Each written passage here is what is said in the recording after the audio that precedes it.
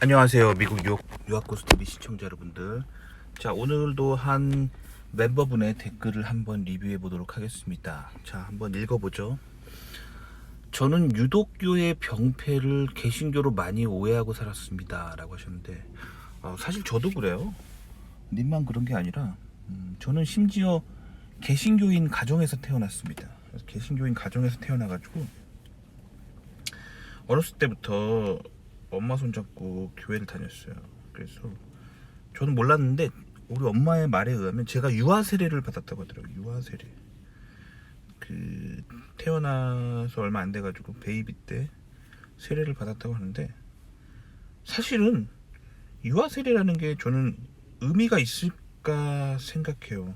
그러니까 성경적으로 보면은 본인이 자유의지를 가지고 예수님을 구주로 고백하고 그 다음에 세례를 받는 거거든요. 그러니까 유아 세례가 의미가 있을까 생각하는데, 이 교단이라는 데서 만들어 놓은 거죠. 사실 유아 세례라는 건 솔직히 말하면 성경적이라기보다는 부모님 기분 좋으라고 있는 거예요. 약간 기독교인 가정의 부모님들이 얼마나 흐뭇해요. 내 자녀가 유아 세례를 받다니. 근데 솔직히 말씀드리면 신학적으로 의미가 있다라고 생각하지 않아요. 왜냐면 그 아이가 자라서 스스로 예수님이 누구신지 알고 그렇게 가야 되는 건데, 하여튼 그래요. 그래서 여러분들이 이제 교회 생활을 하다 보면은 상처받고 뭔가 불합리하고 막 그런 것들이 있거든요. 그럴 때마다 어떻게 하면 되냐면 성경을 펼쳐보면 돼요. 성경을 펼쳐본 다음에 성경에 그게 합리적으로 있는지를 보면 되는 거예요. 저는 미국에 와서 미국인들 교회를 다니는데, 미국인들 교회에서는 유아 세례를 받는 걸 한 번도 본 적이 없어요. 아시겠죠? 그게 성경적이지 않거든요. 미국인들은 어떻게 세례를 주냐면, 아이가 글을 읽을 수 있고 말을 알아들을 수 있는 나이가 되면은 성경을 읽히고, 그리고 물어봐요. 너 기독교인이 되고 싶니? 예수님을 따라 살고 싶니? 해서 어린이가 네, 그렇게 하고 싶어요 하면 그때 세례를 주는 거거든요.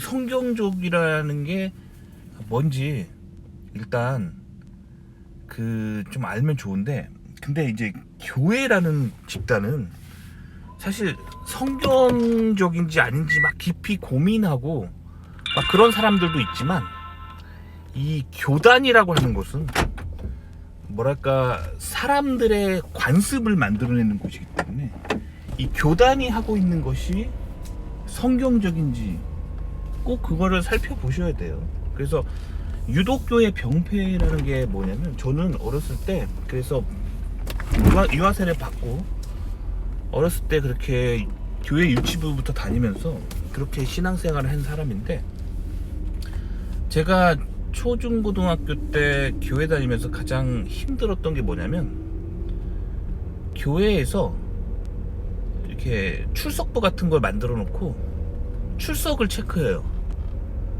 그래서 출석을 안 하는 학생들이 있으면 이렇게 전화를 하고 이렇게 계속 이렇게 귀찮게 하는 부분이 있어가지고, 저는 사실 어린 시절 한국에서 교회 생활하면서 교회 다니면 진짜 귀찮게 한다라는 그런 생각을 진짜 많이 갖게 됐어요. 근데 미국의 교회로 와보시면 알겠지만, 미국 교회에서는 그걸 귀찮게 하지 않아요. 한국 같은 경우는 교회에 그 출석 체크하는 멤버가 있어요. 그래서 그 사람들이 이렇게 누가 이번 주에 출석했고 안 했고지를 해가지고 목사님한테 보고합니다. 그래서 목사님이 이렇게 자꾸 결석하는 사람들이 있으면 전화하고 이렇게 해가지고 왜 안 오십니까 하고 막 해가지고 좀 오세요 막 하고 그러는 것도 있는데, 이게 사실 성경적인 게 아니에요. 그래서 미국에 와서 제가 느낀 건데, 미국 교회에서는 아무도 귀찮게 하지 않습니다. 어떻게 보면 한국에서 교회 생활한 사람들이 미국 교회를 다니기는 약간 섭섭할 정도로 막 오라고 챙겨주질 않아요. 그러면 미국 교회는 냉정하고 잔인한 인간들이라서 남한테 관심 없는 건가요? 그게 아니라 미국 교회가 더 성경적입니다. 그래서 그 성경 성경을 자세히 읽어보시면 기독교가 굉장히 중요하게 생각하는 사상 중에 하나가 뭐냐면 자유의지예요. 그러니까 인간이 하나님을 따를 때 자유의지가 있어야 되는 거예요. 그러니까 하나님이 인간을 만들고 에덴 동산을 만들어 놓으셨잖아요. 그리고 뭐라고 하냐면 선악과를 따먹지 말라고 하나님이 말씀하셨잖아요. 선악과는 하나님의 주권입니다. 그래서 선악과 뜻이 뭐냐면 그 영문 성경을 보시면 선악과는 뭐라고 나와 있냐면 Fruit of Tree of Knowledge of Good and Evil가 한국말로 하자면 선과 악을 알게 하는 지식의 나무의 열매라고 영문 성경에 적혀 있습니다. 그러니까 그 선악과를 따먹지 말라고 하는 게 의미가 뭐냐면 인간이 살면서 필요한 knowledge, good and evil, 무엇이 굿이고 무엇이 악인가, 무엇이 선과 악인지에 대한 기준을 그거에 대한 지혜를 하나님으로부터 얻으라는 거예요. 그럼 선악과를 안 따먹으면 되겠죠. 근데 선악과를 따먹는다는 거에 신학적인 의미가 뭐냐면 인간이 하나님과 전혀 상관없이 인간 스스로 지식을, 그러니까 선과 악을 구분하겠다는 거예요. 이게 인간의 타락이죠. 아시겠죠? 자, 그럼 대표적으로 예를 들어봅시다. 동성애는 좋은 거예요? 나쁜 거예요? good, evil. 제가 여러분들한테 물어보겠습니다. 동성애, 남자들끼리 결혼하고 남자들끼리 뭐 성관계하고 여자들끼리 결혼하고 여자들끼리 성관계하고 동성애라고 하죠. 동성애는 그것이에요? 이불입니까? 자, 선악과를 따먹는 관점은 뭐냐면 봐봐요. 인간 스스로가 선과 악을 구분하겠다는 거잖아요. 그럼 인간 중심적으로 바라보면 동성애가 나쁠 게 딱히 뭐가 있나요?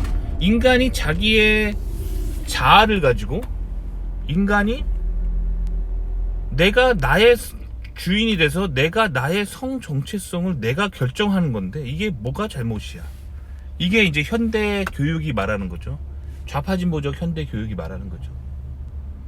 자, 근데 성경을 딱 펼쳐보시면 성경에는 6번이나 동성애는 하나님 앞에 죄라고 나와 있습니다. 죄예요. 죄인데 그냥 죄가 아니라 가증한 죄라고 나와 있어요. 가증한 죄. 영문 성경을 보면 abomination이라는 단어를 쓰고 있는데 abomination이라는 단어의 사전적인 뜻은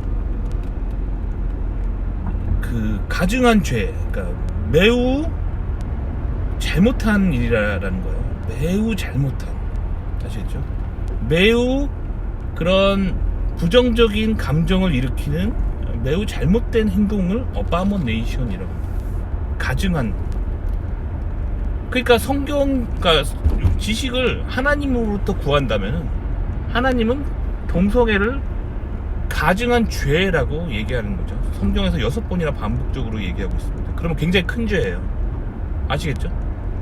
그러면 근데 성경을 읽지 않는 인간들은 이게 왜 이불인지를 모르는 거죠.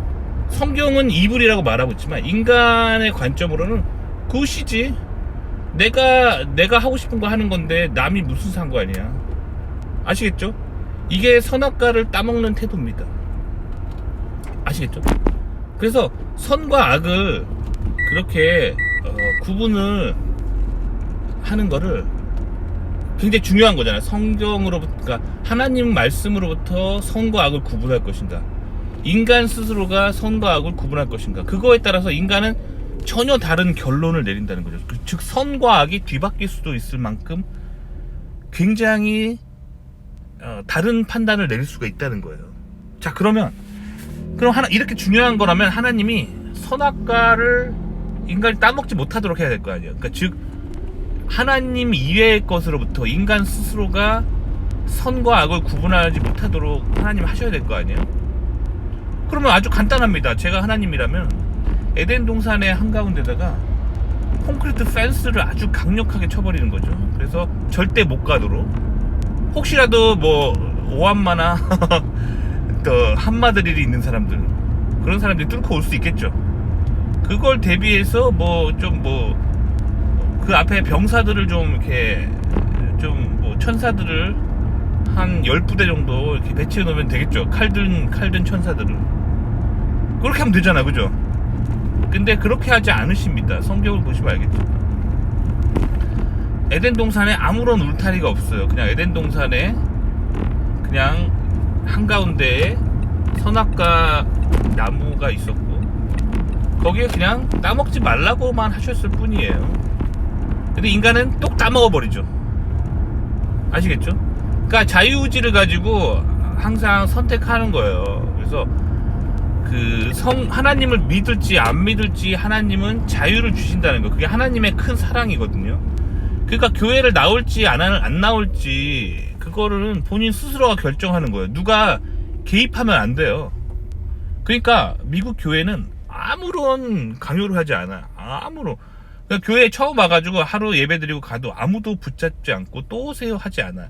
아시겠죠? 근데 저는 한국에서 교회 다니면서 진짜 귀찮게 하는 거예요. 그리고 안 나오면 막 이렇게 나중에는 뭐라고 하는 사람들이 있어요. 그리고 특히 제가 한국에서 교회 다닐 때 한국은 이제 유교식 문화를 가지고 있잖아요, 한국인이. 그래서 교회 안에서도 유교가 나타납니다. 그래서 기독교적인 컬처가 나타나야 되는데 유교적인 컬처가 나타납니다. 그만큼 이 조선왕조 500년의 뿌리가 진짜 깊은 거예요. 그래서 한국에서 교회에 다니면 아시겠지만 막 기수가 있어요. 뭐 이렇게 뭐 예를 들면 70년대생이다 그럼 70기수, 71년생 71기수, 72기수, 뭐 이렇게 80, 81, 90, 91 이렇게 기수가 있어요. 그래서 기수 따져요, 교회에서. 그거 유교잖아요. 그러니까 이렇게 유독교 형태가 있습니다. 그래서 기수를 따지면 어떻게 되냐면, 제가 만약에 교회를 이렇게 잘 못 나오면은 선배한테 혼나요. 그래서 저 진짜로 한국에서 교회 다니면서 선배한테 혼난 적이 있어요. 요즘 왜 이렇게 신앙생활 열심히 안 하냐고 교회 선배한테 혼난 적이 있어요. 굉장히 반성경적인 행동이에요, 그게. 근데 그 사람이 그것이 반성경적인 행동인지를 못 느껴요. 왜냐면 그게 유교에서 오는 건데, 한국 사람들이 나고 자랄 때부터 유교가 늘 한국인들이나 인간 주변에 항상 있는 컬처이기 때문에 이게 잘못됐다는지 못 느낍니다. 유교는 인간의 자유의지를 굉장히 이렇게 회방을 놓고, 자유의지를 이렇게 나이라는 기수라는 윗사람이라는 어떤 개념을 가지고 이렇게 컨트롤하려고 하기 때문에 굉장히 반성경적이에요. 아시겠죠? 그래서 제가 여러분들한테 그래서 자주 말씀드리는 게, 학교를 다닐 때 특히 자녀를 막 이렇게 공부시킬 때 한복을 입히고 공부하는 곳에 절대 보내면 안 됩니다. 명문 고등학교 중에 요즘 뭐 한복을 입히는 고등학교들이 있잖아요. 절대 보내면 안 돼요. 왜냐면 2023년에 한복을 입힌다는 거의 의미가 뭐냐면 조선의 유교를 숭상하고 있다는 거예요, 교장님이. 그래서 유교를 커리큘럼에 반드시 강조하고 싶다는 거예요. 그래서 한복을 입히는 학교들 가면은 유교적인 교육을 합니다.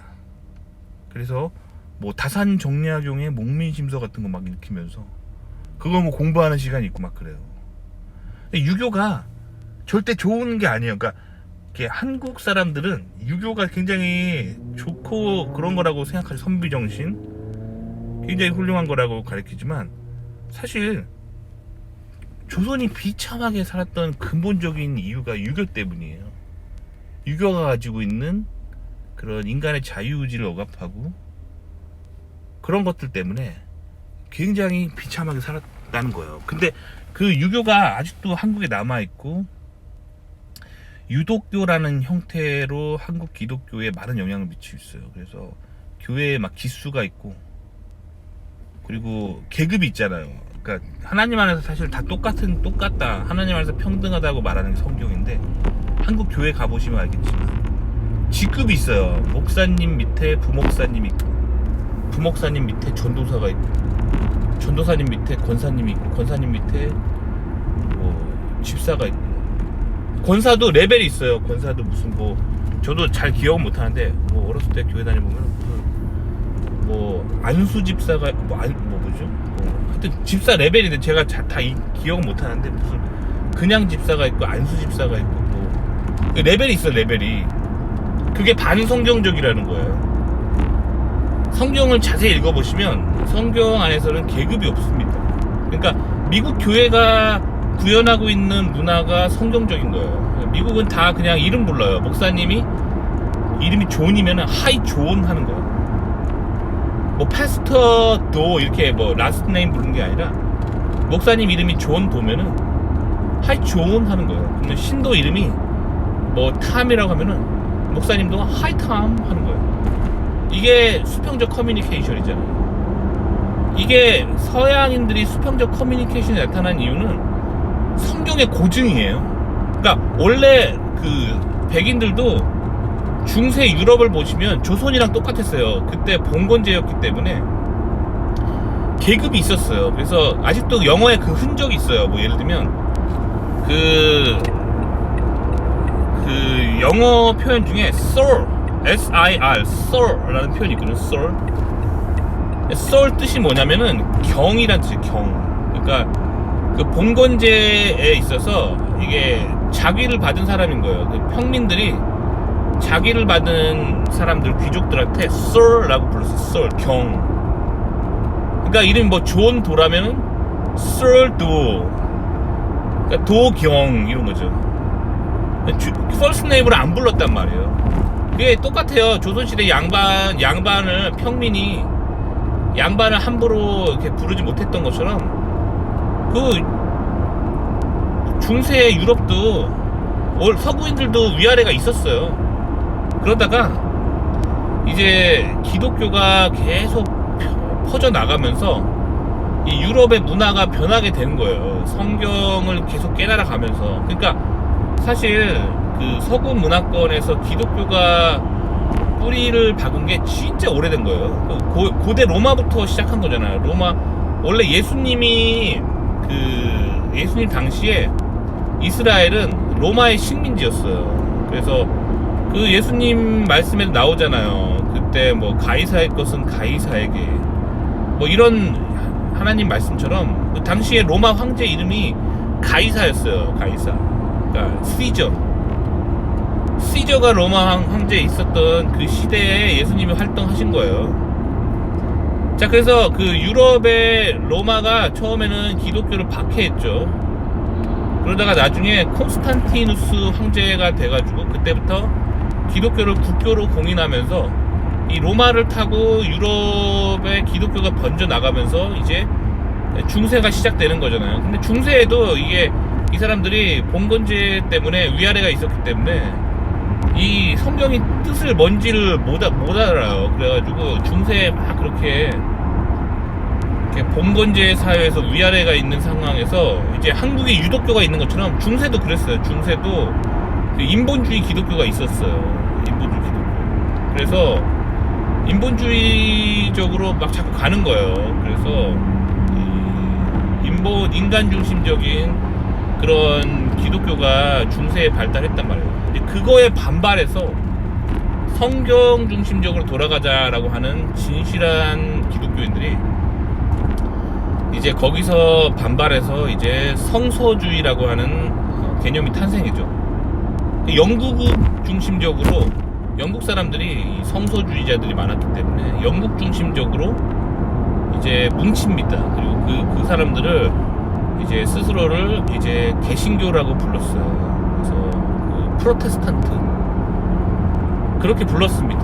근데 이 프로테스탄트 즉 개신교인들 중에서도 이제 극단적인 사람들이 있어요. 정말 우리는 성경 말씀대로 살자라고 정말로 깨달은 사람들이 이제 스스로를 특히 퓨리탄이라고 불렀습니다. 퓨리탄 아주 깨끗한 사람들이란 뜻이에요. 그러니까 성경 말씀대로 깨끗하게 살자는 뜻이에요. 그렇게 해서 이제 진정한 기독교가 태동하게 되는 거예요. 근데 미국은 이게 굉장히 오랜 역사예요. 이게 진짜 오랜 역사를 통해서 이 신약교의 2000년의 역사 동안 유럽에서 이렇게 2000년간 이렇게 있었던 투쟁이란 말이에요. 그 성경과 반성경의 투쟁이 있었단 말이에요. 그 결과 탄생한 것이 이제 그 청교도이기 때문에 이 미국 중심적인 청교도 사상은 진짜 성경적입니다.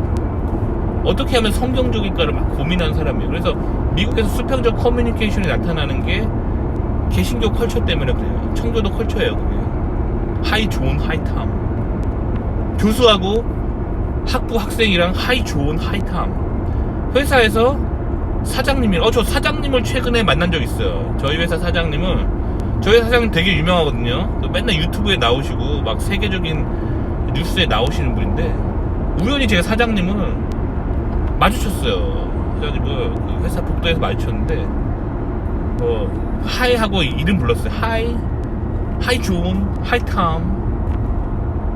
사장님과 저 같은 그냥 사원하고도 말 까는 게 미국이고, 아시겠죠? 이게 하이 존 하이 탐 할 수 있는 게 다 성경 때문입니다. 근데 한국은 생각을 해보세요. 이 서양 사회가 거의 2000년간 신약교회를 유지했던 이 역사가 있는데, 이 한국은 개신교가 언제 들어왔냐면 1950년대에 한국전쟁 이후에 미군들이 주로 갖고 온 거란 말이에요. 미군들이랑 이승만 대통령이 대한민국 건국하면서. 그러니까 지금 역사가 되게 짧아요. 70년, 80년 요런 역사밖에 없다라고 보시면 돼요. 물론 그 전에 개화기 때 선교사님들이 있었지만 이 사람들이 큰 영향을 못 미쳤고, 본격적으로 한국의 기독교 시대가 시작된 거는 이 6.25 전쟁 이후에 미군들이 주둔하면서 이제 미군 주둔군들이 교회를 세우고 막 그 예배하면서 거기에 이제 한국인들도 막 오게 하면서, 그때가 이제 한국 선교가 제대로 된 시절이고, 그때가 또 미군 선교사들이 굉장히 많이 한국에 들어오고, 이승만 대통령이 또 그 미국하고 연합해가지고 대한민국을 세우셨잖아요. 그러니까 이 미국에 굉장히 깊은 뿌리가 있으신 분이 이승만 대통령이에요. 그러니까 이승만 대통령이 그렇게 개신교 전도를 많이 하셨어요. 그래서 왔던 거죠. 근데 그 전에 대한민국 그 조선 사람들이 이 유교를 거의 500년간 믿었던 사람들이기 때문에 이 사람들한테 갑자기 이렇게 1950년도에 뭐 교회가 들어온다고 해서 이 사람들이 뿅 하고 바뀌는 게 아니에요.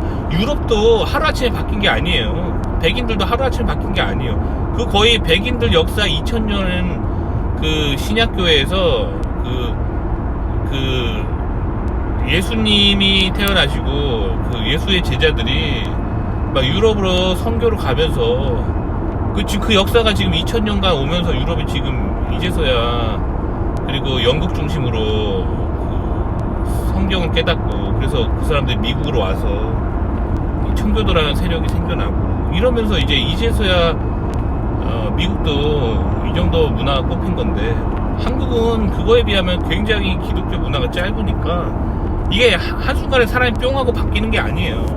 오히려 유교가 더 깊어요. 유교야말로 조선왕조 500년의 역사가 있기 때문에 유교가 진짜 한국에서 안 없어져요. 아시겠죠? 그래서 이게 한국에서 나타나는 기독교는 사람들이 기독교를 아직 이해를 못했어요. 한국 사람들이. 그래서 어떻게 하냐면 기존의 유교적인 정신세계를 바탕으로 유교 경전을 읽던 그 마인드로 유교 경전, 성리학 경전 대신에 성경을 읽는 거죠. 그러니까 성경을 이해하고 실천하는 태도가 유교적으로 하는 거예요. 그러니까 유독교의 형태로 나타나기 때문에 아직 좀 미성숙한 부분이 있어요. 그래서 한국의 기독교가 조금 더 시간이 좀 더 지나야 돼요. 몇백 년 더 지나야 돼요. 너무 기독교 역사가 짧아서 그래요. 그래서 저도 한국에서 그게 기독교의 모습이라고 오해한 부분이 되게 많거든요. 근데 미국에 와서 알게 됐어요. 한국 기독교가 진짜로 유교 정신으로 가득 차 있구나. 아시겠죠? 그러니까 사실 한국 사회를 병들게 했던 거는 유교예요, 유교. 그러니까 사람들이 한국의 교회의 모습을 보고 막 실망하고 막 그러는데, 그게 아니라 그 한국 교회가 가지고 있는, 한국 교회에 다니고 있는 신도들, 목사님들도 사실은 한국 사람들이잖아요. 그러니까 유교적인 습성을 몸에 배고 있기 때문에 그 하나님을 믿는다고 하지만 유교적으로 공자님 말씀을 따르는 부분들이 되게 많아요. 그게 되게 문제를 많이 일으키거든요. 그러니까 그 교회의 문제라기보다는 유교가 사라지지 않는 한국인들의 국민성의 문제라고 보시면 돼요. 그러니까 유교 때문에 일어나는 일인데 이거를 기독교 때문에 일어나는 일이라고 보시면 안 돼요. 저는 미국 와가지고 그거 깨달았어요. 미국 오니까 진짜 미국 사람들은 성경적으로 사회와 문화를 구성해놨고 교회 안에서도 굉장히 성경적이에요. 아시겠죠? 그러니까 한국이 그렇게 유교적인 성향이 강했던 건 다 조선의 500년이라는 세월을 무시할 수 없다는 거죠. 그 당시 평균 수명이 50살이라고 쳐봐요. 조선왕조 500년이면 열대예요. 열대 10 제너레이션. 우리가 아버지한테 뭘 배워도 많은 영향을 끼치는데 그 아버지의 영향을 미친 그 사상이 맙소사 그게 열대라니까 10 제너레이션. 그러니까 엄청난 거예요. 엄청난 거고. 잠깐만요. 지금 죄송합니다. 제가 소리가 좀 나죠. 저기야 안전벨트가 빠졌어. 자, 그래서 그 유교가 그렇게 심하다는 거예요. 아시겠죠? 유교적인 가치관으로부터 이제 어떻게 하면 나올 수 있을까? 한국 사람들 그거 고민하셔야 돼요. 왜냐면 유교라는 건 너무 구닥다리 생각이에요. 근데 안타까운 게 뭐냐면 원래 한국에는 보수와 진보라는 사상이 없었다고 제가 항상 말씀드리잖아요. 조선시대엔 보수와 진보가 없었어요. 보수 진보가 없었어요. 뭐 조선시대에 있었던 당파 싸움이란 거, 뭐 노론 소론 그런 거는 보수 진보가 아니에요. 보수 진보가 아니라 그건 뭐냐면 왕의 혈통을 가지고 막 싸우는 거예요. 왕이 적자냐 아니면 뭐 반개냐 가지고 막 싸우는 거, 막 그런 거란 말이에요. 그러니까 이게 그 당파 싸움인 거지. 좌파 우파 그런 게 아니에요. 좌파 우파 개념이 들어온 거는 이승만 대통령이 대한민국을 건국하면서 이 근대적인 미국 정치학이 들어오면서 생겨난 개념이에요. 그러니까 좌파 우파가 뭔지 깨달으려면 미국 정치를 아셔야 돼요. 미국의 사상을 아셔야 돼요. 성경적이면 우파, 반성경적이면 좌파인 거예요. 그래서 우파가 보수인 거예요. 보수가 그래서 성경을 보수하는 사람들이고, 좌파가 진보인 거예요. 성경적 가치관으로부터 자유하려고 하는 사람들이 진보인 거예요. 아시겠죠?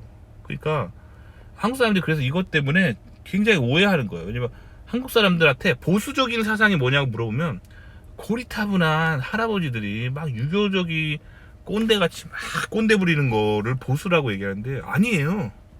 그러니까 그게 그만큼 유교가 깊이 뿌리 박혀 있기 때문에 이 보수와 진보를 구분을 못하는 거예요. 유교 자체가 진보예요. 그러니까 여러분들이 생각하는 보수와 진보가 바뀌어 있는 거예요. 그러니까 그게 아주 꼰대 같은 할아버지가 꼰대같이 막 유교적으로 막 잔소리하고 꼰대 부리는 거 있잖아요. 고집 피우고.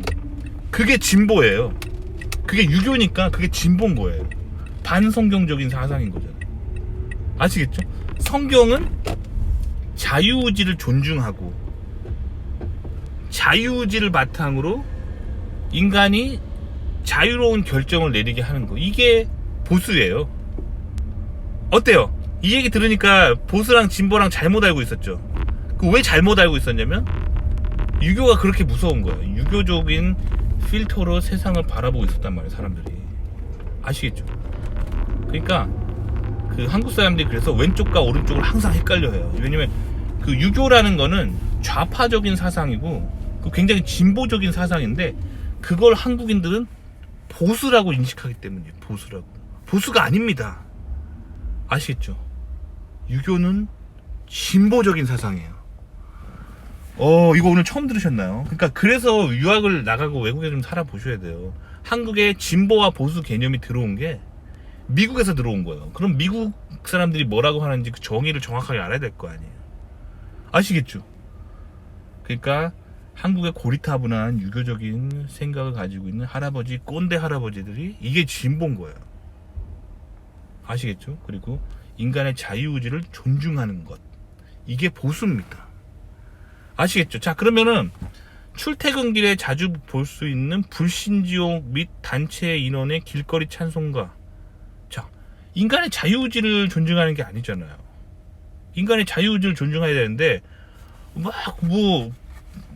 불신지옥 그 팜플렛 막 들고 다니면서 막 길 가는 사람 잡아놓고 믿어야 됩니다 막 강요하면은 이게 반성경적인 거예요.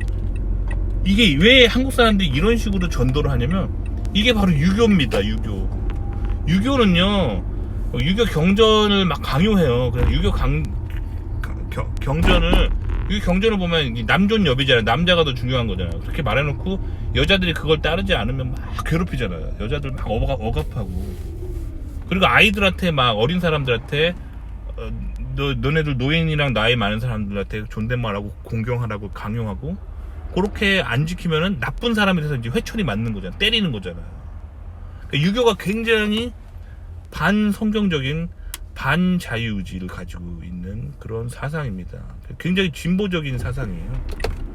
아시겠죠? 그러니까 여러분들이 왼쪽과 오른쪽을 헷갈리는 근본적인 원인은 유교 때문입니다. 유교가 왼쪽 사상인데 이게 조선왕조 500년을 가지고 있기 때문에, 역사를 가지고 있기 때문에 사람들이 이거를 보수라고 인식한다.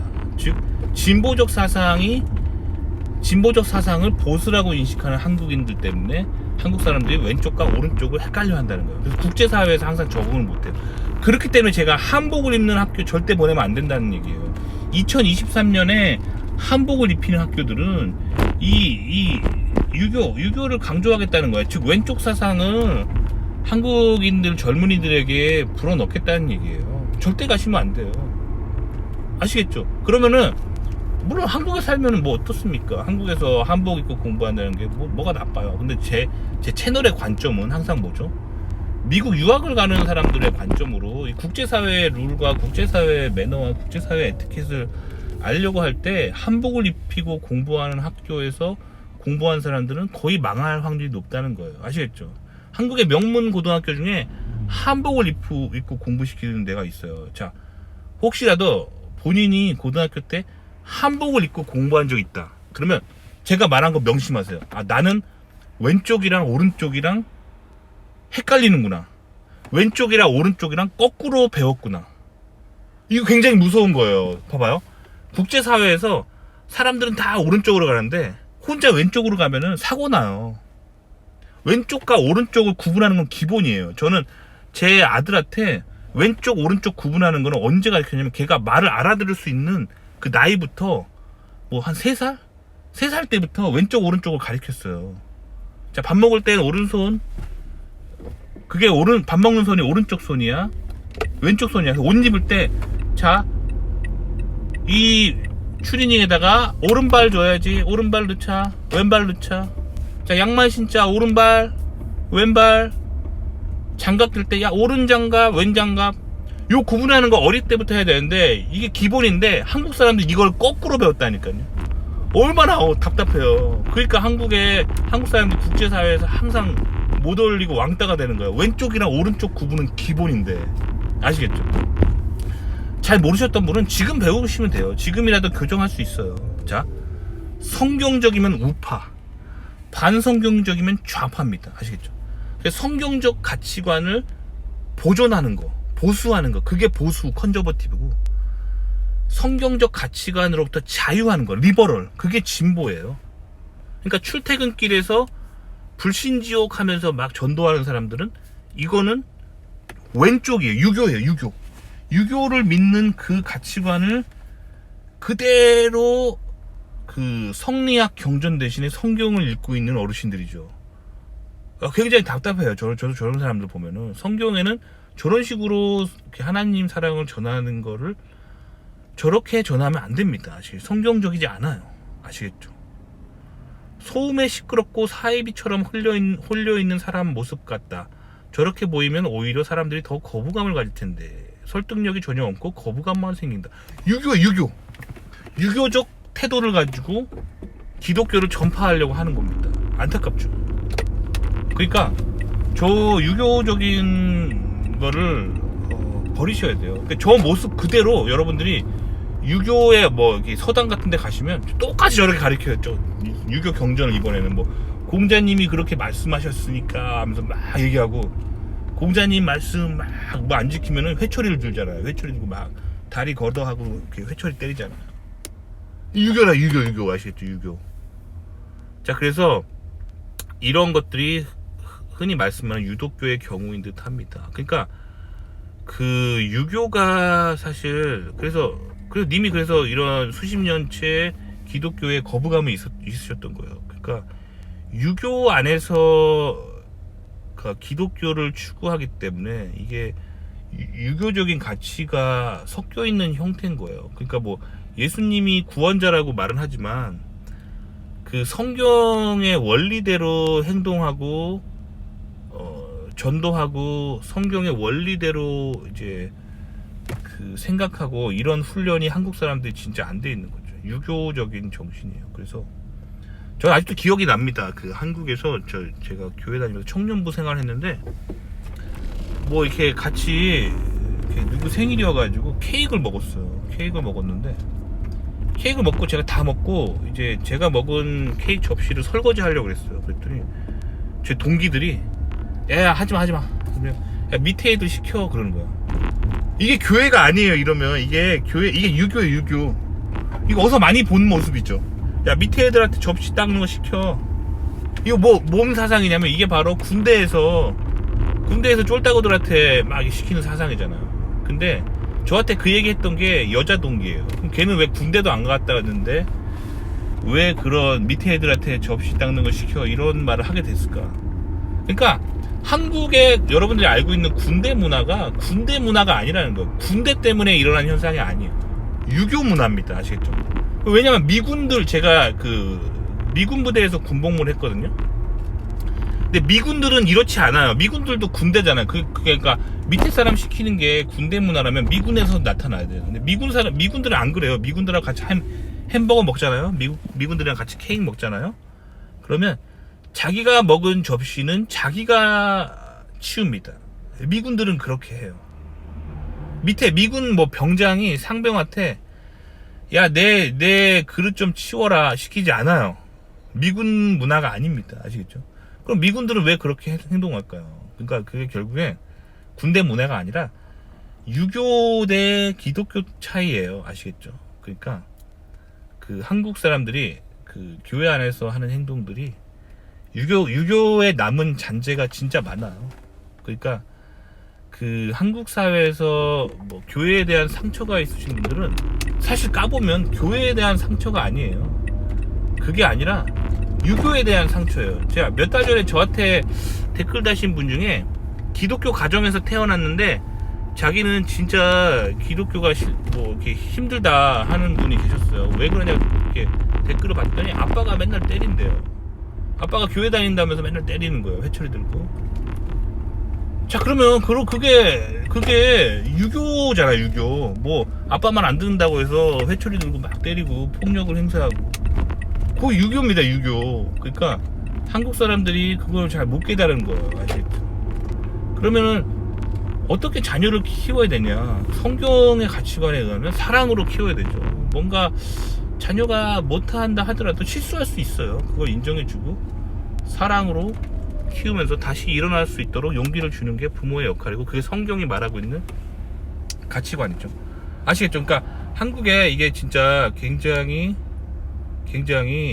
많아요. 아시겠죠? 그래서 계속 읽어볼게요. 고수님 영상을 접하면서 생각이 좀 달라지기 시작했습니다. 미 박사 출신 실리콘밸리 대기업 다니시는 분이 자신의 능력과 시간을 이런 곳에 쓰는 게 타산에 맞지 않을 텐데. 아, 맞아요. 사실 제가 이 채널을 닫으려고 그랬어요. 정말로. 왜냐면 제가 왜 솔직히 말하면 이 채널을 왜 하게 됐냐면 한 3년 전 4년 전쯤에 이 개인 방송 열풍이 들면서 한국 뉴스에서 맨날 뭐 개인 방송 구독자 몇만 되면은 뭐 연봉 1억 번다 막 이런 소리 하는 거예요. 막상 해봤는데 그 개인 방송으로 돈 벌기 쉽지 않아요. 개인 방송으로 돈 벌려면은 방송 테크닉을 좀 많이 알아야 돼요. 그러니까 사람들 속이고 사람들 듣기 좋아하는 얘기를 하는 거, 뭐 그런 거짓말 이런 거에 능한 달인이 돼야 되는데 제가 사실 그런 거 잘 못해요. 그런 거 잘 못합니다. 아시겠죠? 그래서 뭐 능력이 없어서 못한다기보다는 그게 윤리적이지 않으니까요. 그래서 제가 왜 방송계가 악한지 깨달았어요. 이 방송하면서. 그리고 왜 연예인들이 자주 자살을 하는지 진짜 깨달았어요. 그 깊은 악 속에서 사는 거죠. 방송계라는 게 깊은 악이 있거든요. 그 돈 벌기 위해서 방송으로 온갖 거짓말하고 깊은 악의 그 가식 속에 살면서 마음이 썩는 거예요. 그러니까 연예인들이 그 자살을 많이 하는 거예요. 연예인들이 왜 자살하는지 이해했습니다. 깊은 악이에요. 그러니까 방송으로 돈 벌려면 진짜 거짓말 많이 해야 돼요. 그래서 제가 사실 이거 돈이 안 돼가지고 뭐 저는 거짓말하는 거, 돈 벌려고 거짓말하는 거 별로 안 좋아하고 관두려고 했는데 그 일요일날 교회에 갔는데 그날 설교가 제가 다니는 교회가 실리콘밸리에 있는 교회이기 때문에 교인들이 다 인공지능 미디어 회사 다니는 사람 진짜 많아요. 인공지능 미디어 뭐 있잖아요. 뭐 9X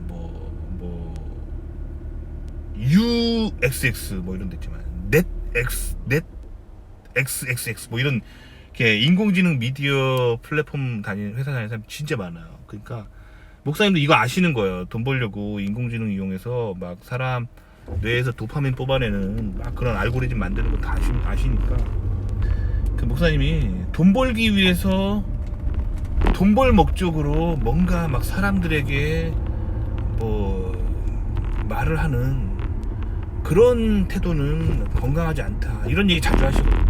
저도 그 얘기 듣고 회개했어요.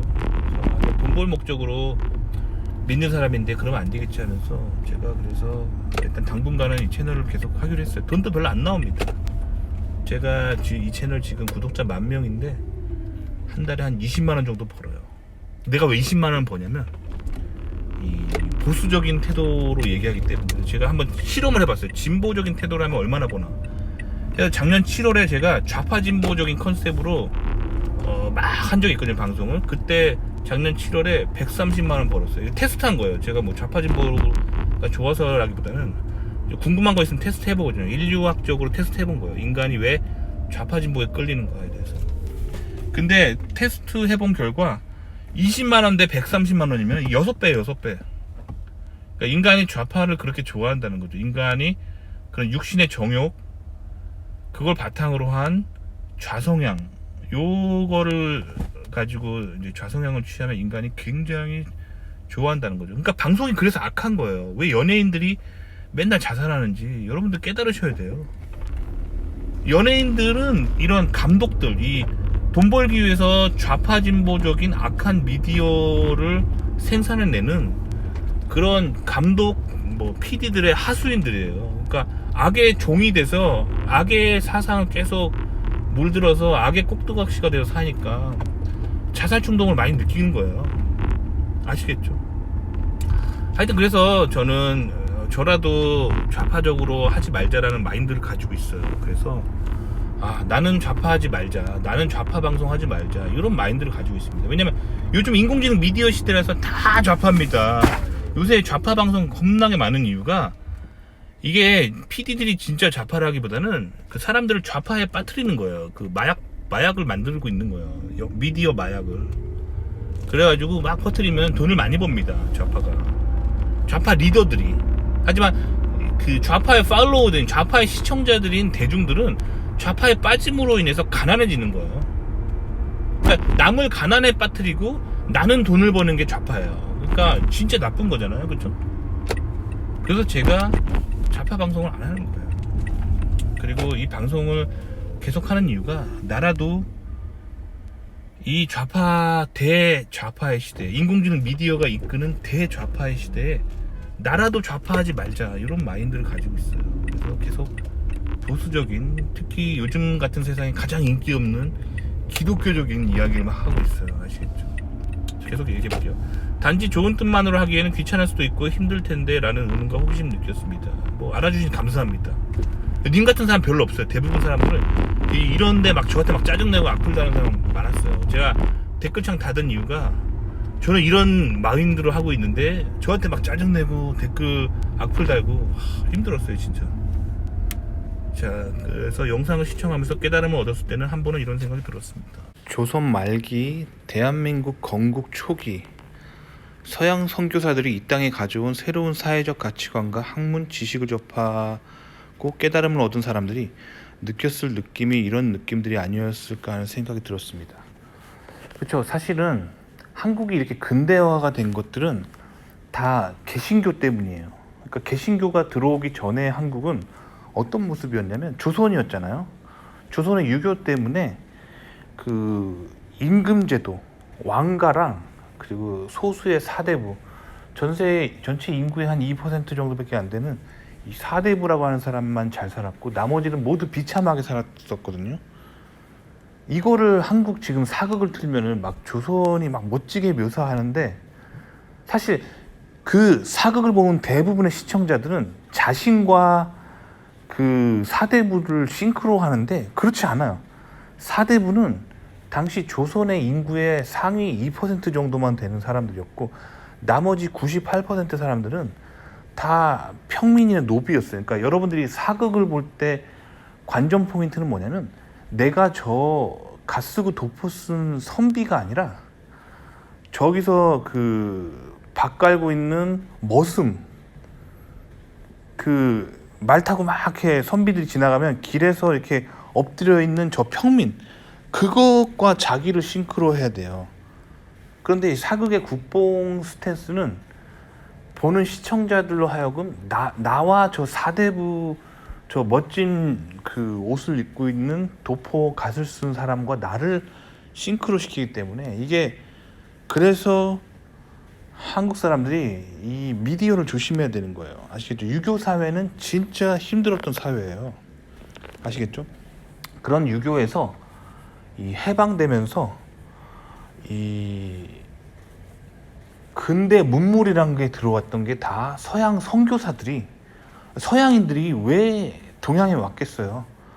복음을 전하러 온 거예요. 복음을 전하러 오면서 단순하게 복음만 전하면 사람들이 잘 안 믿으니까 뭐 신문물 같은 거를 전해줬던 거예요.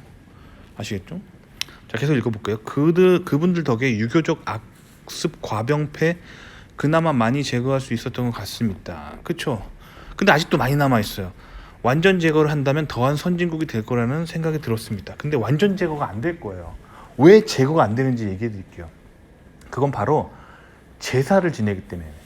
그러니까 여러분들 추석에 다들 차례 때 제사를 지내잖아요.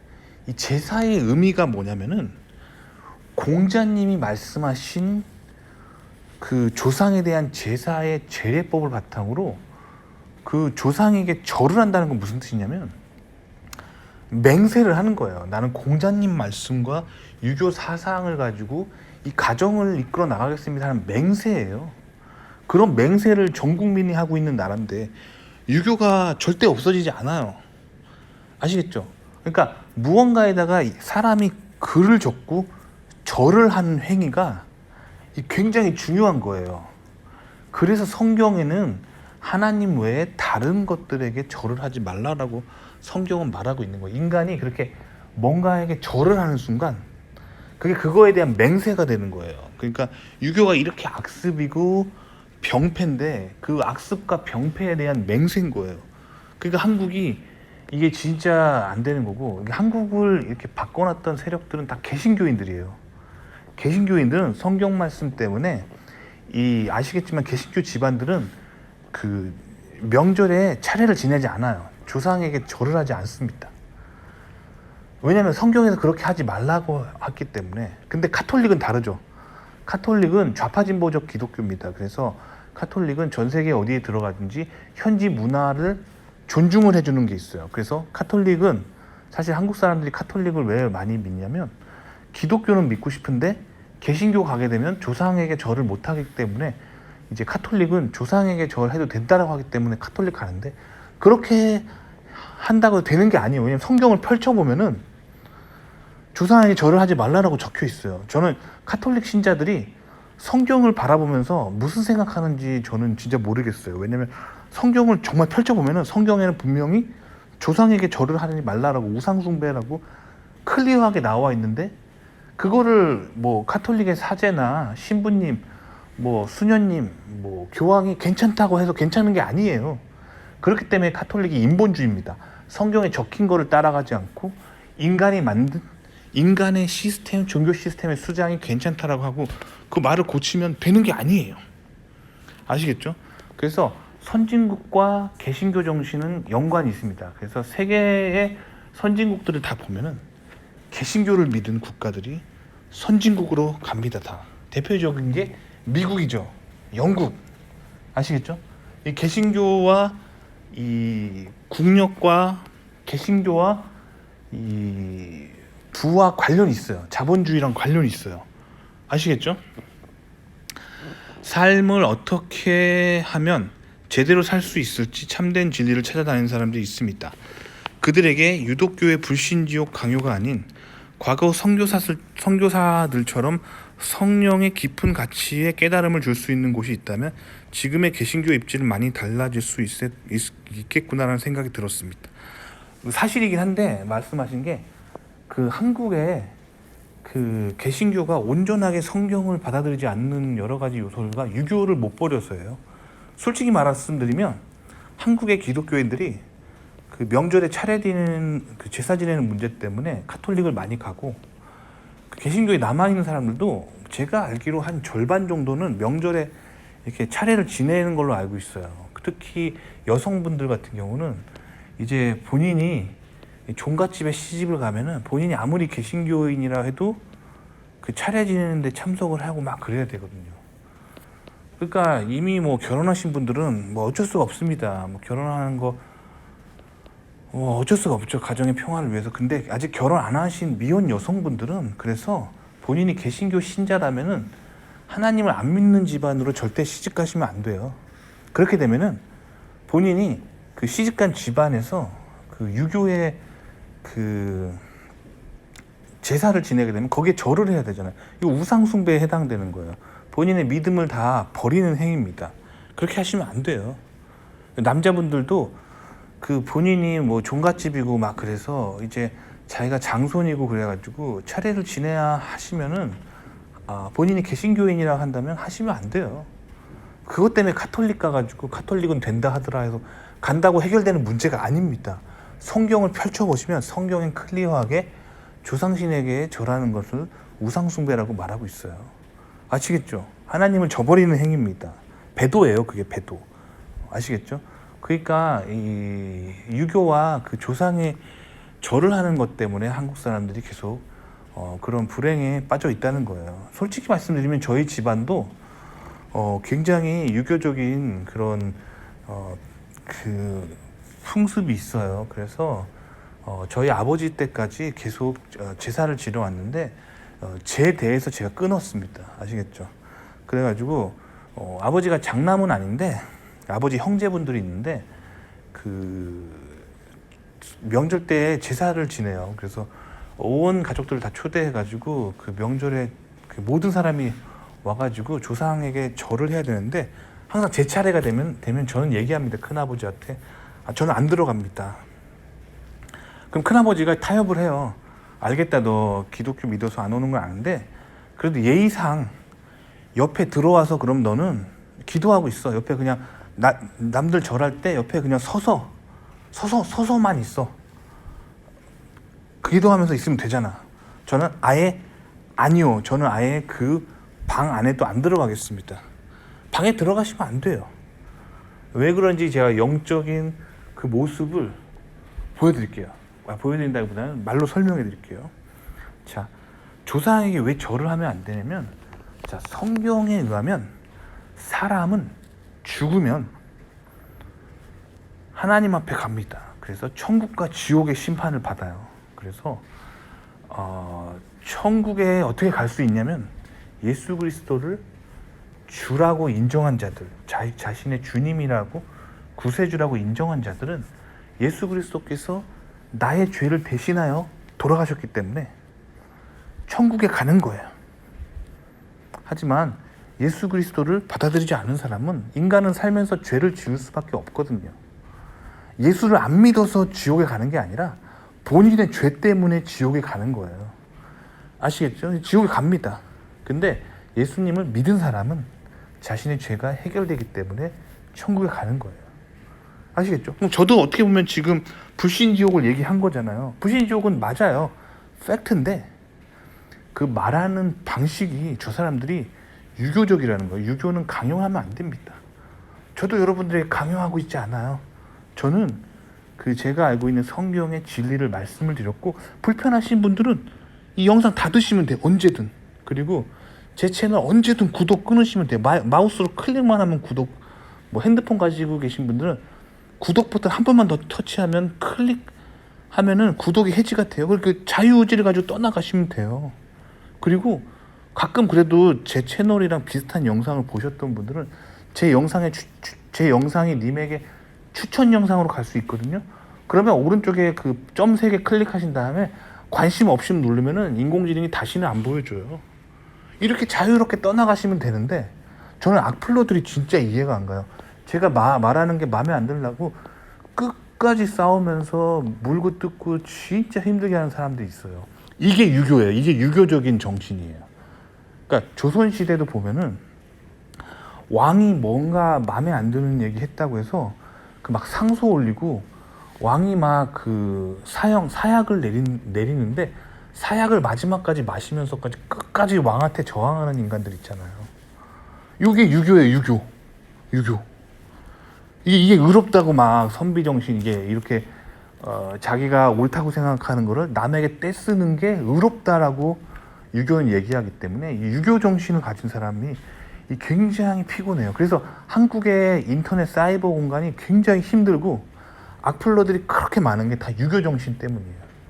그러니까 남에게 떼쓰는 거, 자기랑 다른 생각하고 있는데 그거를 자기 뜻대로 관철시키려고 남에게 폭력적인 말을 행사하고 떼쓰는 거, 이 다 유교적인 문화라는 거죠. 아시겠죠? 기독교는 이런 게 아니에요. 기독교는 자유의지를 가지고 있기 때문에 언제든 그 뭔가 자기의 의지를 가지고 하는 게 아니면 이렇게 떠나가시면 되는 거예요.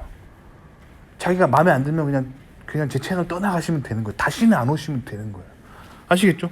그러니까 이 자유의지가 뭔지, 남의 자유의지를 존중하는 게 뭔지 이제 한국 사람들은 조금 더 배우시는 게 좋아요. 아시겠죠? 그러니까 제 채널 악플러들 대부분 그런 사람들이었어요. 유교적인 생각을 가지고 저한테 계속 떼쓰는 사람들. 아시겠죠? 그러니까 유교는 그만큼 한국을 비참하게 만들고 한국을 힘들게 만든 사상이라는 거죠. 자, 계속 얘기해 볼게요. 킹제임스 성경이라는 검색어로 찾으니까 성경 가르침대로 살아가려고 하는 미국식 교회를 알게 돼서 몇 번 가보면서 알아보고 있습니다라고 하는데, 이 킹제임스 성경이 한국에서 굉장히 욕을 먹어요. 왜 그런지 얘기해 줄게요. 사실 한국 전쟁 끝나고 한국에 미국인 선교사들이 많이 들어왔잖아요. 이 선교사들이 한국에 전해준 성경책이 킹 제임스 성경책이에요. 그리고 이승만 대통령이 읽었던 성경책도 킹 제임스 성경책입니다. 즉 한국에 개신교를 전해준 초기 세력들이 가지고 있던 성경책은 다 킹 제임스 영문 성경책이었어요. 그래서 지금도 한국에서 좀 할아버지들 중에 좀 아주 어렸을 때 한국의 뭐랄까 1950년대 60년대 이때 초기 미국 선교사들로부터 선교를 받았던 그 할아버지 기독교인들은 아직도 킹 제임스 성경책 가지고 있는 사람들 꽤 있어요. 아시겠죠? 근데 요즘 한국 개신교 신자들이 킹 제임스 성경책을 잘 안 보거든요. 그거 왜 그런지 얘기해 드릴게요. 왜 그런지 알아요? 그거는 개신교 신학대 때문인데, 한국에 랭킹 1등하는 개신교 신학대가 있어요. 목회자를 양성하는 학교인데 이 학교가 좌파 진보예요. 그리고 한국에 랭킹 2등하는 신학교가 있는데 이 학교는 그래도 좀 보수적이에요. 아시겠죠? 근데 한국은 학벌 사회잖아요. 목사님도 학벌이 중요해요. 그래서 한국에서 개신교 목사님 하시는 분들이 랭킹 1등하는 신학대에 자꾸 가려고 그러거든요. 그 신학대 가면 그 신학교가 좌파 진보적인 생각을 가지고 있어요. 그럼 왜 그 학교는 좌파 진보적인 신학적인 생각을 가지고 있냐면, 제 개인적인 생각으로 그 목사님들, 그러니까 신학교 교수님들도 박사학위를 따야 되잖아요. 근데 이분들이 보통 목사 되려고 신학 박사 따는 사람들이 돈이 별로 없어요. 목사의 길을 걷는다는 게 돈이 별로 없거든요. 그리고 펀드도 별로 없어요. 공대 같은 경우는 미국 박사 가도 막 장학금 받고 펀드 받으면 공부할 수 있는데, 가난해도 이 신학교는 펀드가 잘 안 나와요. 그러니까 이분들이 미국으로 그 신학교 유학을 잘 못 가고 유럽으로 가게 됩니다. 그래서 한국에서 똑똑한 그 신학 박사들이 유럽에서 신학 박사 딴 사람들이 많아요. 근데 유럽은 기본적으로 좌파 진보적인 신학이 발달해 있어요. 왜 그러냐면 카톨릭 때문이죠. 카톨릭이 좌파 진보거든요. 그래서 개신교를 하더라도 유럽에 있는 개신교인들 중에 진짜 보수적인 사람들은 다 미국으로 건너가 버렸어요. 미국으로. 그게 청교도 정신. 청교도가 왜 미국으로 건너갔냐면 유럽이 너무 카톨릭 때문에 좌파 진보로 되니까 이게 잘못됐다고 생각하고 우리는 개신교야 하면서 다 우르르 미국으로 건너가 버린 거예요. 그래서 미국이 굉장히 보수적이고 유럽은 좌파 진보적이에요. 아시겠죠? 유럽에서 그나마 보수적인 거는, 유일하게 보수적인 건 저쪽 영국이에요. 영국. 그러니까 영국 중심으로 사실 개신교가 뭉쳤는데 이 영국에서 개신교 다수가 미국으로 우르르 건너가 버렸잖아요. 미국을 건국해 버렸잖아요. 그래서 그 유럽에서 사실 보수적인 건 영국입니다. 그래서 영국이 사실 왜 유럽연합을 탈퇴하고 브렉시트를 했냐, 이거를 이렇게 학교에서 막 왜 영국이 브렉시트 했는가 막 여러 가지 막 연구하면 너무 어려워요. 너무 어렵고 답이 안 나오는데 사실 되게 간단한 이유예요. 영국은 개신교를 열심히 믿기 때문에 카톨릭을 믿는 유럽하고 잘 섞이기가 힘들어요. 그러니까 영국은 항상 우리는 유럽이 아니야라고 생각해 왔던 거예요.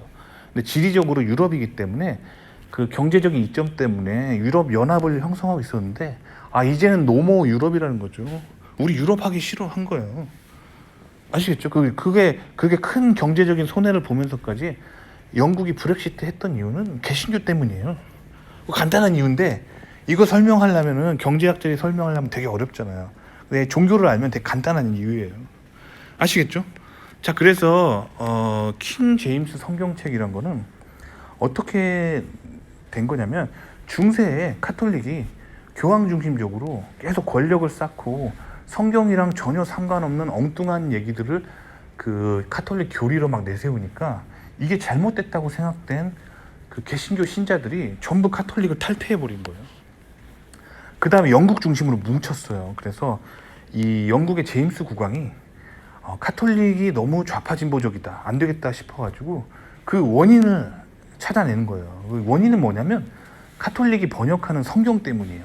성경 번역할 때 그 원문인 히브리어와 헬라어를 번역할 때 그 번역자가 그 문체를 바꾸면 얼마든지 좌파 진보적으로 번역할 수 있는 거예요. 그래서 카톨릭 성경책은 좌파 진보적으로 번역되어 있습니다. 그래서 이게 잘못됐다고 생각한 그 제임스 국왕은 왕명을 이렇게 내려요. 성경을 번역할 때 정확하게 번역해라. 성경의 원문인 히브리어와 그리고 그러니까 구약 성경, 신약 성경의 원문인 헬라어를 번역할 때 영어로 번역하되 그 사전적 의미에 가장 가까운 영어 단어를 선택하라. 그러니까 정치적인 의도를 넣지 말라는 거죠. 있는 그대로 번역하라는 게 왕명이었어요. 그래서 옥스퍼드와 캠브리지 최고의 신학자와 언어학자들이 번역을 하기 시작해요. 그렇게 해서 탄생된 게 킹 제임스 성경책인데, 이 킹 제임스 성경책이 왜 한국에서 비난을 받냐면 이게 극우 기독교인들이 보는 성경책이다라고 비난을 하는 거예요. 근데 말이 안 되는 거죠. 성경에 극우가 어딨고 그런 게 어디 있어요. 성경은 정확하게 원문인 히브리어와 헬라어에 가깝게 번역한 게 왜 극우 성경책입니까? 정확한 성경책이죠. 그리고 다른 성경책들, 특히 카톨릭의 영향을 받아서 거기에 굉장히 인본주의적으로 번역해, 현대 문화에 맞게 인본주의적으로 번역된 것이 그게 좌파 진보 성경인 거예요. 아시겠죠? 그래서 카톨릭이 좌파 진보입니다. 이해 가셨나요? 개신교는 그래서 보수적이에요. 그리고 킹 제임스 성경책은 극우 성경책이 아닙니다. 정확하게 번역된 성경책입니다. 아주 정확하게 번역된 것이 비난받을 이유가 돼서는 안 돼요. 그런데 비난을 받고 있습니다. 왜 비난을 받고 있냐면 킹 제임스 성경책이 너무 보수적이라는 거죠. 극보수적. 극우 성경이라고 불리는데 그게 왜 극우입니까? 정확하게 번역된 건데 정확하게 하나님 뜻을 알고 싶은 게 왜 잘못됐습니까? 그만큼 세상이 좌파진보적으로 편향돼 있다는 거예요. 아시겠죠? 그래서 성경, 인류가 가지고 있는 성경책 중에 원문인 히브리어와 헬라어에 가장 가깝게 번역된 성경책이 킹제임스 성경책이라고 알려져 있습니다. 근데 한국에서 킹제임스 성경책 읽는 거 어때요? 라고 목사님한테 물어보잖아요. 그럼 제가 말씀드렸죠. 한국에서 랭킹 1등하는 대학교, 신학대학교가 있어요. 신학대학교. 이 신학대학교 나온 사람들은 킹제임스 성경책을 싫어합니다.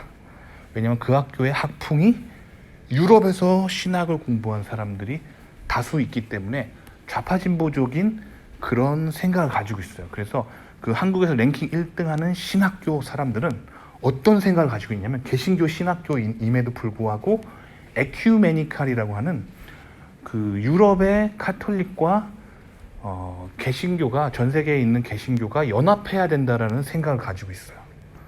그걸 에큐메니칼 운동이라고 하는데 그 결국 구교, 신교가 합쳐야 된다는 생각을 가지고 있는 거예요. 절대 그러면 안 됩니다. 왜냐면 그거는 카톨릭에서 개신교가 벗어난 이유를 무시하는 거예요. 자, 개신교는 왜 카톨릭에서 벗어났냐면 성서주의를 구현하려고 벗어난 거예요. 즉 성경 말씀대로 신앙을 생활하는 거, 성경 말씀대로 정확하게 신앙생활 하고 싶은 사람들이 개신교라는 세력을 만든 거예요. 그럼 카톨릭은 어떤 식으로 신앙생활 하냐면 교황의 말과 카톨릭의 전통, 인본주의, 신부님과 수녀님들의 말, 이게 중요한 거예요. 그리고 카톨릭의 성인들이 했던 말들, 그러니까 성경보다 그게 더 권위가 있는 거예요. 그러니까 좌파진보가 될 수밖에 없습니다. 그리고 미국이 왜 건국되었는지 그 이유가 바로 이것 때문이에요. 카톨릭이 너무 좌파로 가니까 우리는 정확하게 성경 말씀대로 하나님의 뜻을 알고 싶다고 하는 사람들이 전부 다 카톨릭을 탈퇴하고 개신교로 온 거예요. 그게 청교도인들이에요. 청교도. 아시겠죠? 그래서 그 사람들이 미국으로 건너간 거예요. 요걸 아셔야 돼요. 미국으로 유학 간다 하면서 요걸 모르시면 안 돼요. 미국이 왜 건국되었는가.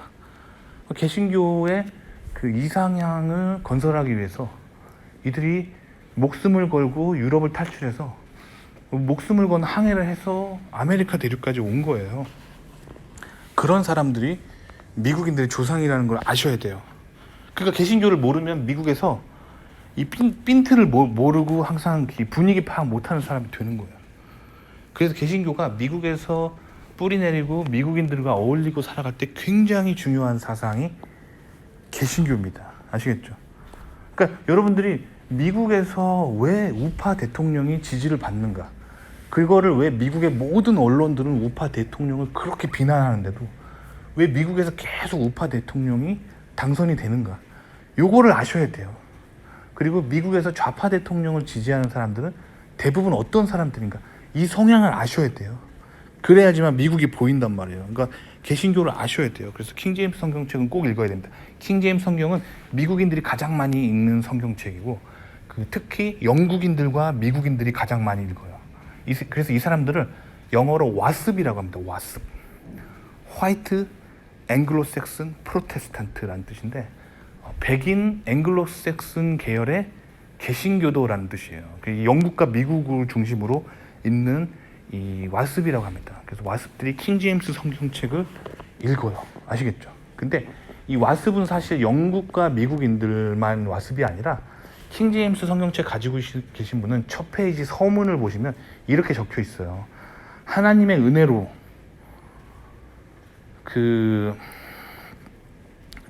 하나님의 은혜로 영국과 아일랜드와 프랑스의 군주인 제임스 국왕이 영국과 아일랜드와 프랑스에 있는 개신교 신자들을 위해서 영어로 성경책을 번역했다라고 서문이 적혀 있어요. 그러니까 즉 와습이라고 하는 세력은 영국을 비롯한 아일랜드 그리고 프랑스까지 이게 다 와습이에요. 개신교. 백인이고 앵글로색슨 개신교 프로테스탄트 이 사람들이 다 와습인데 그래서 프랑스도 사실 개신교의 영향권 안에 있어요. 그래서 그 영국과 함께 개신교를 많이 만들었었는데 영국이 근데 그 주도권을 가지고 있었죠. 영국이. 왜냐면 영국 왕실에서 왕명을 바탕으로 킹제임스 성경책을 만드는 바람에 이 영국이 이 개신교의 뿌리가 된 거예요. 주축이. 그러면 아일랜드와 프랑스는 뭐냐면 이제 팔로워가 된 거예요. 그렇다 보면 항상 이 팔로워들은 이 질투심을 갖게 되고 이 주도권을 잃었기 때문에 좌파가 되기 쉬워요. 그래서 그 백인들 사이에서도 아일랜드랑 프랑스 사람들은 이 좌파가 됩니다. 결국엔 그 유럽의 역사를 보면 그래서 이 영국이 우파고 프랑스와 아일랜드는 이 개신교 사이에서도 좌파인 거야.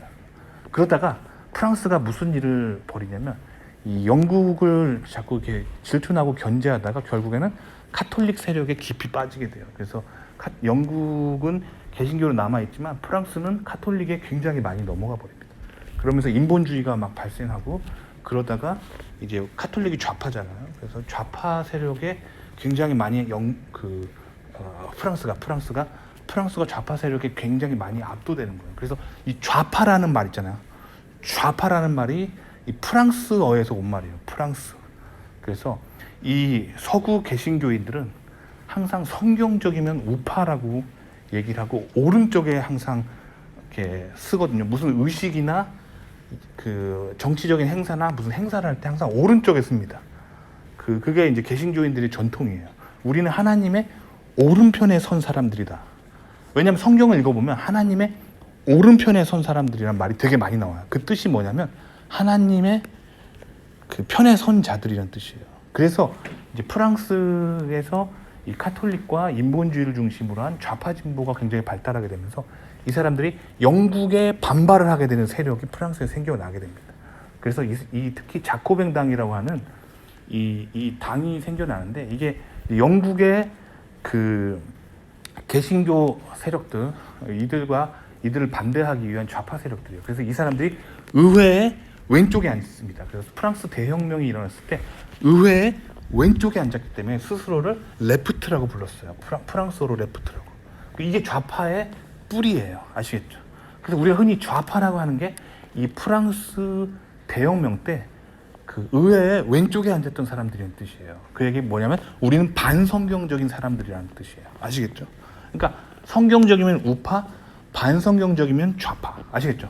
그러니까 오른쪽이란 말이 성경에서는 하나님을 따르는 사람들, God's follower, 이게 right이에요. 그리고 left는 against Bible, against God 이런 뜻이에요. 하나님을 반대한다.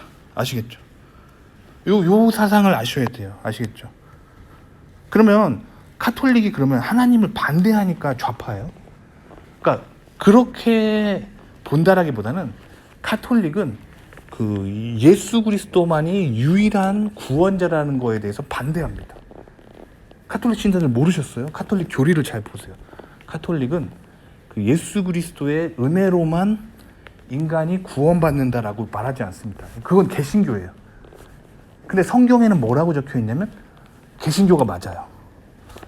오직 예수 그리스도의 은혜와 사랑으로만 인간은 구원받을 수 있고 그 외에는 이 세상에 구원받을 만한 이름이 없다라고 성경은 적혀 있고 그건 예수님이 하신 말씀이에요.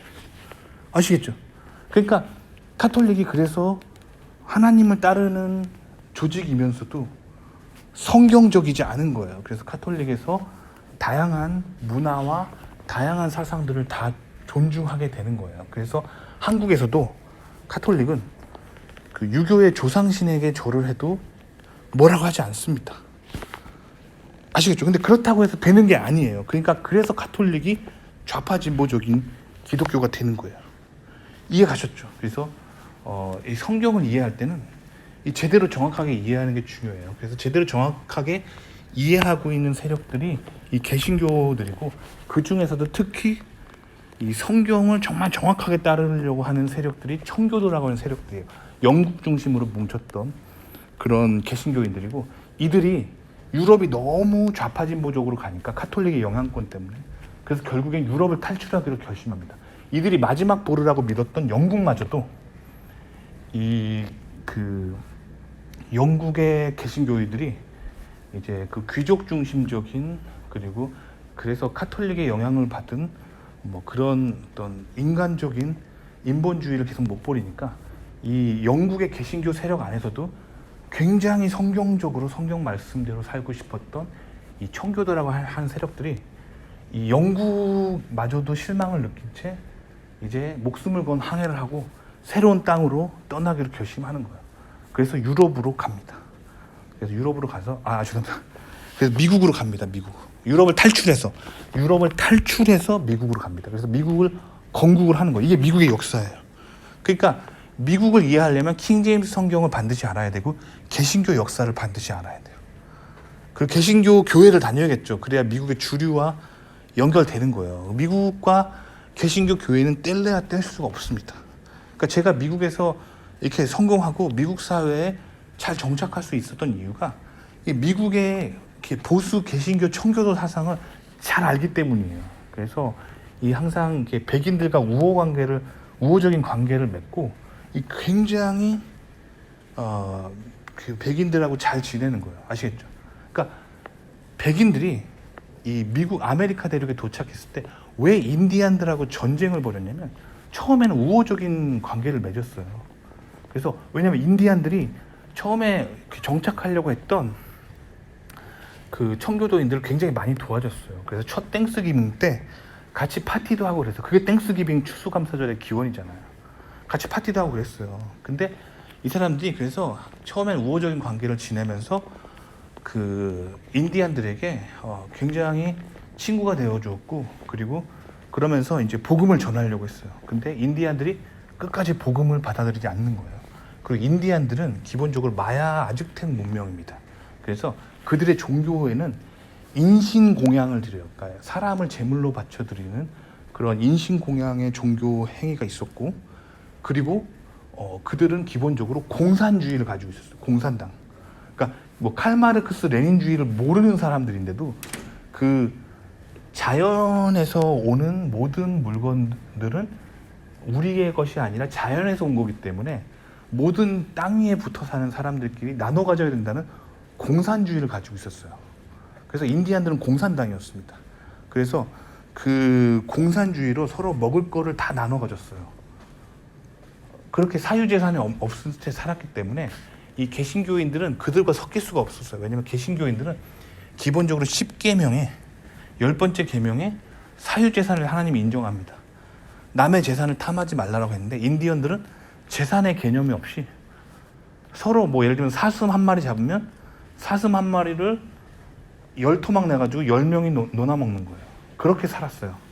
그러니까 이게 어울릴 수가 없는 거예요. 그래서 공산당이지, 그리고 사람을 죽여서 인신공양을 드리지, 뭐 그런 풍습이 있기 때문에 이 같이 섞일 수가 없었던 거예요. 그래서 결국에는 인디언들과 그 청교도인들이 전쟁을 벌입니다.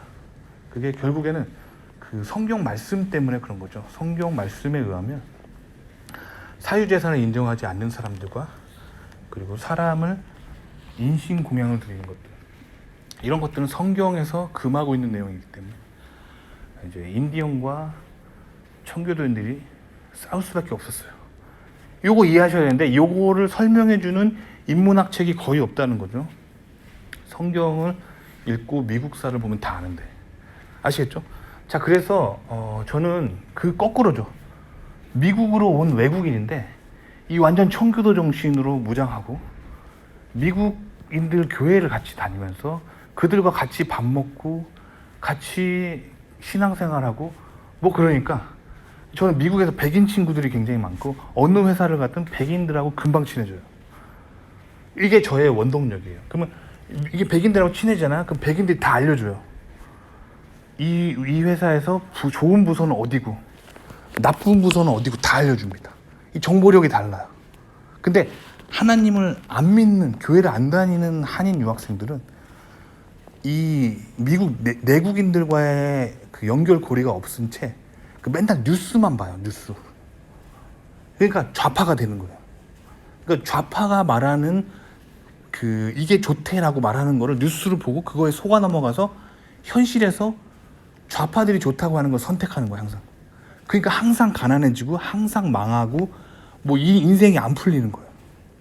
반면에 저는 뉴스를 믿지 않고 미국 내국인들이 야 내가 여기 이 미국 땅에서 한평생 살았는데 저 회사가 좋은 회사고 저기 들어가잖아. 그럼 저 부서가 좋은 부서야. 요 현지인들이 미국에서 나고 자란 대대로 잘 먹고 잘 산 현지인들이 알려주는 정보를 가지고 저는 가기 때문이에요. 그 근본적인 원천은 교회를 다니기 때문에 교회. 아시겠죠? 그래서 미국인들과 친해지게 된 결정적인 근본 원인은 제가 킹제임스 영문 성경책을 읽고 미국 교회를 다닌다는 거예요. 아시겠죠? 도움이 되셨길 바랍니다.